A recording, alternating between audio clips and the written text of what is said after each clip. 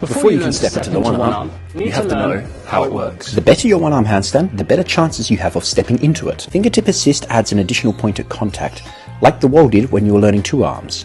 It lets you fine-tune position, preload shoulders, and enter balance when you're ready on your own terms. But with stepping in, everything must land perfectly with the entire structure on such a small base of support with the use of momentum, something the nervous system really struggles to precisely fine-tune. The more versed you are across a spectrum of shapes, the more you'll be able to manage and adapt to. Now, a great place to start is stepping, but with fingertip support. The goal isn't to perform a two-handed handstand where one hand just happens to be on fingertips. The goal is to simulate the exact mechanics of a step-in. Now, the focus arm needs to align with the pushing foot, and it needs to travel in a straight vertical path. Because when you try this with just one pillar of support, you're not going to have the luxury of planche leaning to save. Also, make sure that your opposite glute is aligned with your balancing shoulder before you unfold into the straddle. The scapula needs to maintain a steady downward pressure at all times as it moves into elevation and upward rotation, not just active at the last second at the top. And though it's heavily frowned on by the purists, a slight flag can often rescue what would be a missed entry. By subtly widening the shape and lowering the center of mass, it increases the system's moment of inertia and buys time to stabilize. In a movement where timing and trajectory are rarely perfect, that small compromise can give your shoulder a real buffer, reducing torque, slowing rotation, and giving you something to work with rather than an immediate fall.